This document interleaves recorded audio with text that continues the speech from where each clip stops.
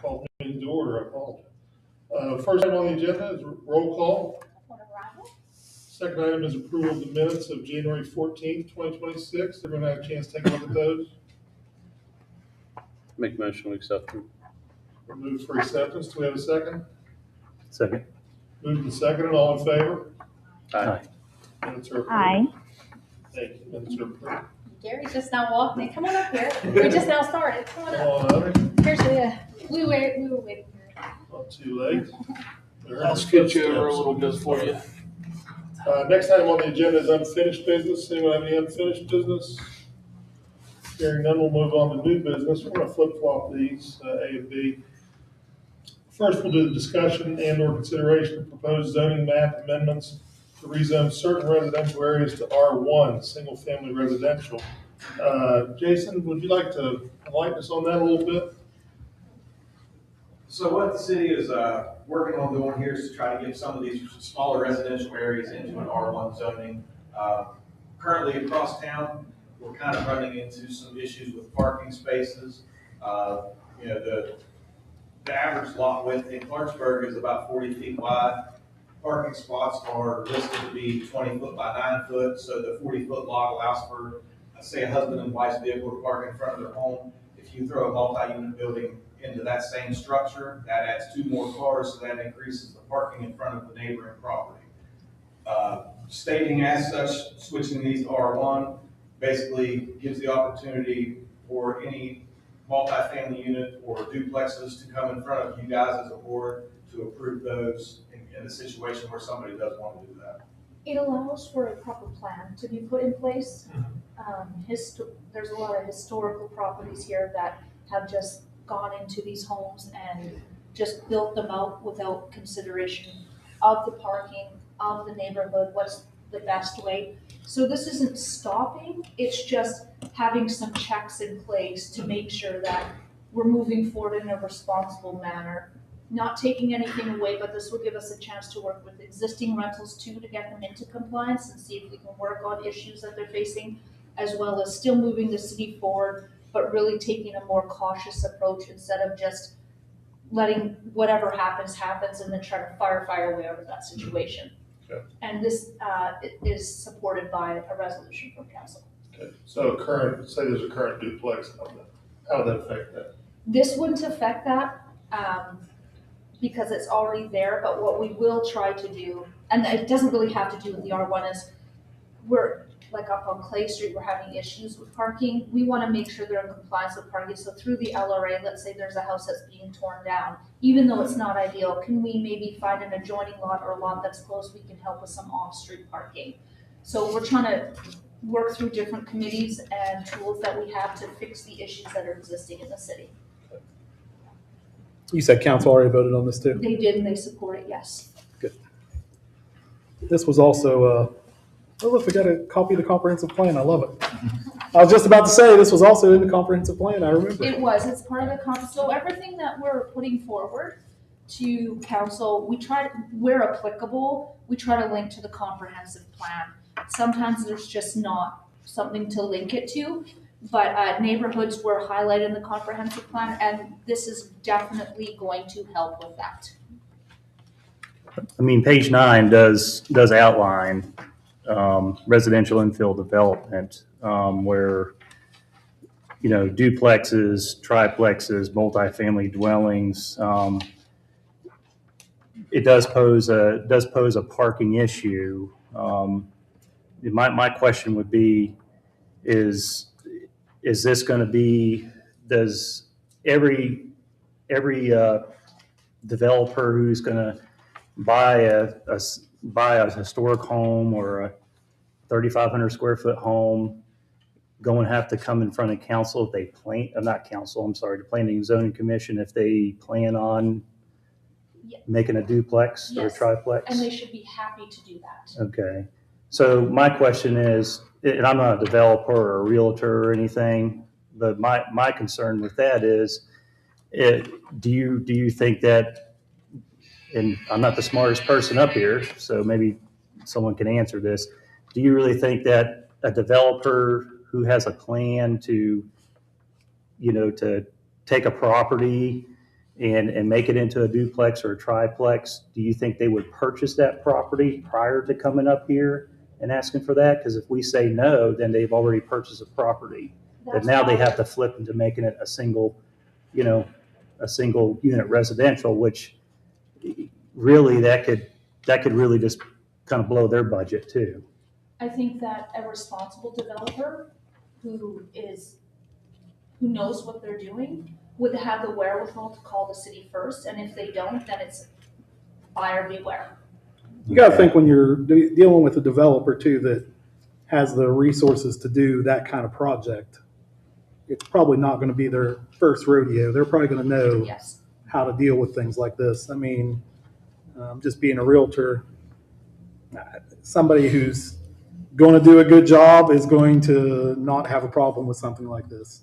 That's It's the correct. fly-by-nights that we want to force to come up here for a variance. Those are the people that are going to have the issues, are the ones who want to skate around the rules, who don't want to come with a fully formulated plan on what they want to do, who don't want to be in compliance with our bylaws and policies. And I would put forward that is the people we actually don't want developing properties, Right. which are predominantly rentals, and a lot of times those people can be taken advantage of. When I was on council previously, we also had this huge issue that came up with fire escapes. And, things like that, these people had went in and just put in duplexes, and code enforcement stuff wasn't even aware of it. So I like that we're making them go an extra step to come up here and say they're adding, because those were over around the fire department. It was a huge problem. It is, and safety is of the utmost concern, and that's what this is going to help. And so my only other concern, I mean, I have several concerns on this, but my other concern is, I mean, we already have property maintenance standards, right? Right? Okay, so if this is such a problem, if we have, because I know when this was brought to council, the concern was, I guess term quote slumlords. So if this is such a problem, then why are we not enforcing the current codes right now, property standards? Well, again, as what Gary just mentioned, is they're going in and doing it without knowledge, and we're hoping that once this is passed and people understand what we're looking for, that we'll get more compliance. I think the old saying, the best predictor of future behavior is past behavior. That's what's happening here. We know what's happening right now is not working, and we need to make a change. To Okay. just expect to continue to do what we're doing and then have a change in the city isn't realistic. I think you'd be shocked if you were able to find out too how many people just flip to a rental and don't pay B&O or anything. We have no idea. Well, isn't that a code enforcement issue then? How do you find out? But I mean, Again, this is to protect all the tax-paying citizens of the city already here. I don't understand why there would be any hesitation to do something like this. Are we trying to protect the slumlords, or are we trying to protect the tax-paying residents? no, I don't think of we're trying to Clarksburg? protect the slumlords. I mean, I think we know who the slumlords are. It's just that I don't really think that we do anything about it. So, I mean, I'm not arguing, yeah, maybe have this brought up to planning and zoning. I think my concern is that, is this, would this inhibit a developer to say, okay, well, I want to buy a $80,000 home and flip it and put $100,000 into it, but I want to make it into a multi-unit apartment. If I come up here to planning and zoning and it's denied, then guess what? I'm stuck with a $80,000 property that I now have to flip to make a single family dwelling that may not be sold. I'm kind of a believer in the free market too, so. So am I, but anytime you buy a home, one of the conditions you generally put in is contingent on a home inspection. It wouldn't be outside the realm of contingent on ensuring it meets with city planning. Like anybody, I go to agree with Gary, any developer who's doing a good job and working well with the city is not gonna have an issue with this. The only people, if this didn't pass, that we would be protecting are the people we do not want developing in our city, who are trying to circumvent the rules. I have a question. Sure, go ahead. Is that standard in other cities? Yes, most of Bridgeport is R1 heavy. Okay. Definitely. I'm aware Morgantown is too. I'm not sure about other towns, but. So Morgantown and Bridgeport, the ones we know of. And to piggyback on Hetty's question, I mean, does other planning and zoning commissions in other municipalities have this same standard where if someone is wanting to make a multi-unit apartment out of a structure that they have to go to planning and zoning? I know for a fact that Morgantown does. I can't speak for everywhere, but they're super, super careful about letting people split houses up. Obvious reason. College kids. Well, yeah. Yeah. Well, and we're seeing the fallout of not doing it in a responsible manner. And it needs to change. I mean, I'll support it and give it a try. I just hope that, you know, in the future, if people are coming in here and they're investing in these properties, that, you know, that they don't lose that return on investment, you know, and I hope they're good developers. But I still think it's an issue, you know, it's a code enforcement issue, and it's not even code enforcement's fault. It's the fact that, you know, they're probably understaffed, you know, by one now, I guess, and we just probably need more inspectors out there, more folks to respond to some of these things. I just don't want this to turn into saying, well, we don't have enough code enforcement to go out there and inspect these properties or to respond to whatever and put out these fires. So we're just going to do a whole planning and zoning change, and anybody that wants to, you know, develop any apartment here has to go in front of this board. So, but that's the route we want to go. I'll support it. Anyone else have any other questions of Jason? I have one question, and I asked Jason this prior, but I'd like to ask it for point on the record. So this also is to create a complete and verified list of rental properties, so the city can ensure B&O taxes are reported properly. We're not going to in turn around and use this as a cudgel against somebody who's trying to start a home baking business, trying to get started, or anything like that. That's never even been a conversation. I think under the R1 zoning, there are the potential to have some sort of a minor home occupancy for a small business like that if they did go about it the right way. Sure. I don't want to be in a situation where somebody is trying to start a baking business, for example, and they've got a business license and we're coming in, oh, well, you don't have this. It's not a business property and you're not paying B&O taxes. That's none of my business. But I don't want this to be used against people who maybe for lack of resources are just trying to make themselves better. Now, during last winter, code enforcement went through and took our rental records and come up with about 973 rental properties across town that what we have registered to the folks that are paying B&O. Currently, the courthouse at the assessor's office has at least 2,000 class 4s in R2 districts that are listed as, I believe, Cole outside, Clark inside, whatever the districts are. So we're inherently behind on the ballgame as far as the class 4s that the county has versus the honorary system of, you know, let's be honest and come in and say we own a rental and pay B&O tax for it. So, you know, Mr. Worth's saying that it is a code enforcement issue, but it's also an issue with the folks that own those properties not coming forth and being honest about it. Okay. I just didn't want to take a chance where we were hurting normal citizens, just trying to do a little bit better. I understand the need for property management, but I don't think we should people manage at the same time. Also, under the current ordinances, I don't think we stop a business from opening unless it requires parking, like retail. Correct? Yeah. Yeah, like I said, I just wanted it on the record. Anyone else? I just had just one more question. So the current I guess apartment stock that we have in Clarksburg, are they going to have to come up in front of this commission and ask to be reclassified? Okay, so everybody currently right now that has an apartment will not be affected unless they have some sort of code violation.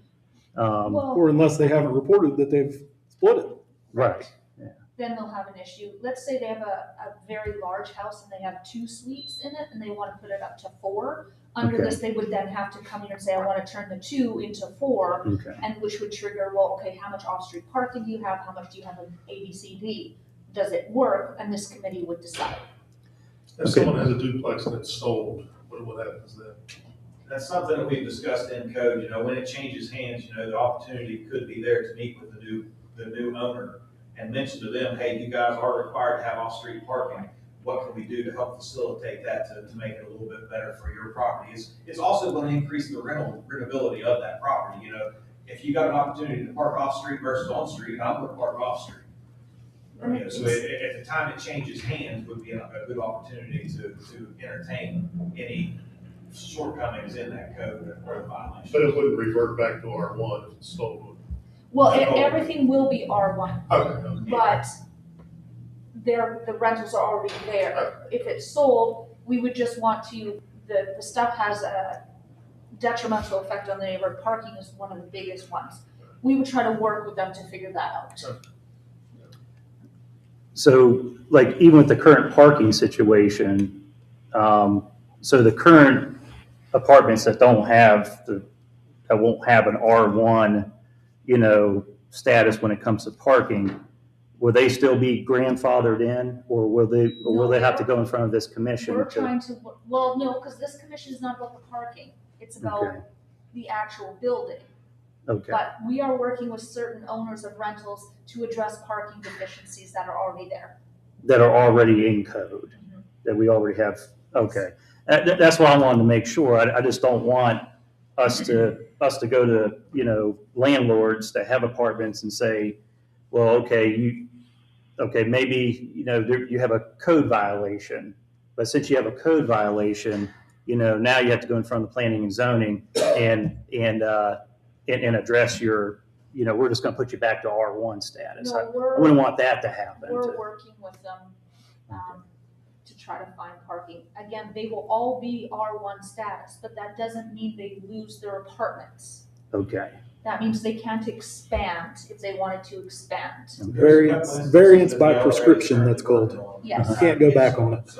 We've already done it. LRA, we're sitting on lots to an apartment owner through the LRA. Yeah, and that's fantastic. That's a great One is idea. up on Warner Avenue, and the other one's on Grove Avenue. The Grove Avenue one has already been presented to you. Right, that was a good So the one. LRA is actively working. If we get an opportunity to find a parking area or potential parking area next to one of those rentals, we can market it to the landlord of the property. And I think that's a great idea, and that's why the LRA, I think, one of the reasons why it was created, to have productive, land use, to take properties that are in a tax sale, LRA purchases them, and then, find somebody that wants to, use them in productive means, that has a good plan.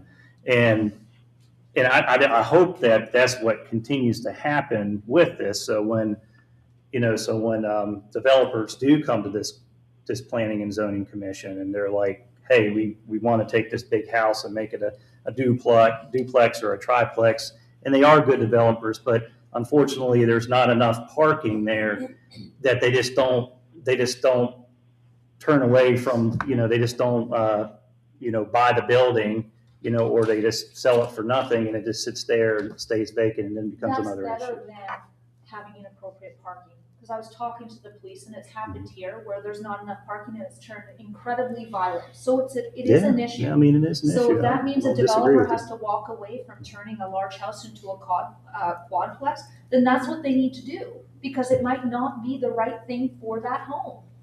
That's part of what they do for a living. If it doesn't fit, if there's significant issues, then you probably do need to walk away.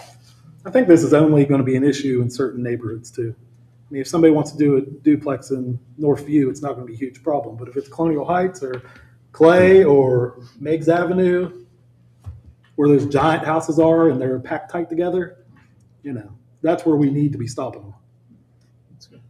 Yeah, I mean, I say that because, I mean, I look at and I agree with you all on that. I say that because, I mean, we do have a population. I mean, our median income, this is in the comprehensive plan for city of Clarksburg in 2021 is right around $41,000 a year. Bridgeport's is around $84,000 a year. So in Bridgeport, of course, there's more opportunities for home ownership than what they are in Clarksburg. And not to say that everybody in Clarksburg makes $41,000 a year. No, you're going to have folks that are making 75, 100, whatever, but you're also going to have a bottom end too of folks probably making, around minimum wage.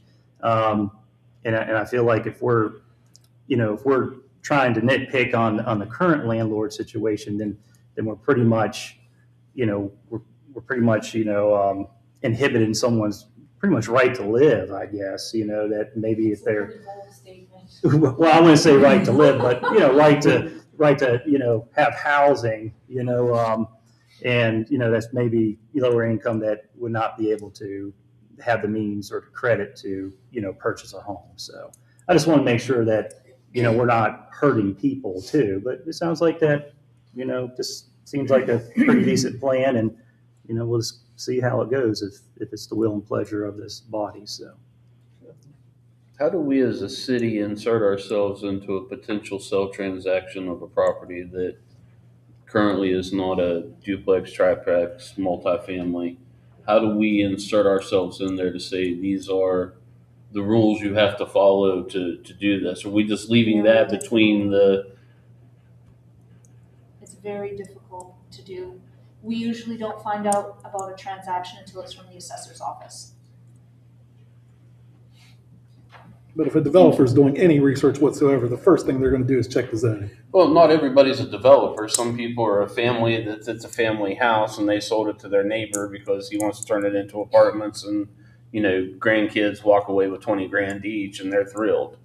The honor system is tough here. Yeah. It is, because we use that for B&O, and B&O is one of the biggest things we struggle with. When you see businesses saying my income's $1,000 a month every month for 12 months, that's not what it is. Yeah. It just makes it more difficult. I mean, is there a mechanism to do, deed title searches? Do we even have the resources here at City Hall to even do that? You can ask at the building permit process, I guess. Again, but it's the honor system. Yeah. And the amount of people we find out after that we are just working with a company now, Ben is, he came to my office, he's like, they've been doing dozens of upgrades and renovations, and we just found out about it. Sure. Building permits are the next thing on that list. It's on my list of stuff. That's only about 25% of work done. I'm just remodeling a bathroom right now. I'm just paying them with beer. Couple of steaks on Saturday. Anything Okay. else, Jason? That's all I have. Steve, do you have anything? Okay. Would anyone like to make a motion on this? I'll make a motion. Second. Motion, What are we actually making the motion yeah, I on? was gonna say. 'Cause I'm just seconding that. Support of the proposed zoning map amendments to rezone residential areas to R1. Certain residential or all residential? All residential, if we have to exclude all business zones. Okay. So I'll make a motion, we rezone all residential areas to R1. Second. It's been moved and seconded, all in favor? Aye. All opposed? Aye. All opposed? Motion passes unanimously. I just got one comment though. Okay, so if everything's R1 and somebody wants to put in an apartment or a duplex, we're not going to rezone, right? No, this committee allows it, gives permission. Variance. That would be a special exception. It would now go before the Board of Zoning Appeals. Is that how it works, Jason? Yeah, so any exception to put a duplex type property into the R1 zone does have to come back to planning and zoning for that special exception, as Ms. Wright said. Well, that would be Board of Zoning Appeals.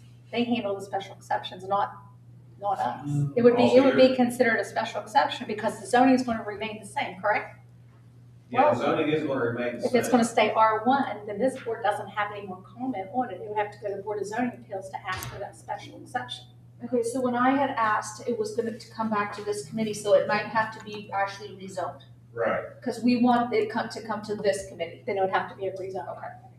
So what I'm reading now into the R1 description under 1323.01 districts established and described. At the end, it says some special exceptions may be permitted in them, and then it lists the spreadsheet, which I have in front of me, with the approval of the board. Of the Board of Zoning It Appeals. just says the board. So- Well, this is the commission. This is Planning Zoning Commission. Okay. So that, yeah, Okay, there's a so we'll have distinction. to do a rezoning. Can we get like legal clarification on that? I see it up here and above. It does say may be permitted in and with the approval of the Board of Zoning Appeals. Okay. And I can Yeah, walk there and each show one you if you want me to. Oh, that's I think fine. it's the same form, same paper that you guys already have. Okay. Yeah, we did get that, yeah. All right, thank you. Next item of new business is the election of officers, chair, vice chair, and secretary. And anyone who would like to serve as chair, please feel free to nominate I yourself. nominate you to be the chair You're again. doing such a good Me job. too, Matt. I second that. About all this. Anyone? Nominate Mr. Schaefer to be the chair. Second. Vice chair is currently Chris Mann, I believe. We never replaced Mr. McMahon. We never replaced Rick Mudd. All right, we need a nominee for vice chair. Gary? Whatever you want. Gary, who our secretary currently is. And we need a second to Gary, to the motion. We need a second for Gary. Oh, second. Secretary. Who wants to serve Chris as Lane. secretary? Chris Lane, currently, we haven't seen Chris for a while. Would anyone who shows up like to be secretary? Roger shows up. I think I nominate Roger for Yeah. secretary. I don't even know how to secretary. Look like a secretary. So we had a second, we have moved the second on chair, myself, vice chair Gary, secretary Roger, all in favor, Aye. all opposed. That motion passes. Thank you for your support once again. One of these days. I could go on the job training. Next time on the agenda is adjournment. Would someone like to make a motion to adjourn? Please. So moved. Moved Second. and second, all in favor for adjournment. Aye. We are adjourned. Thank you all very much. Thanks, Hattie.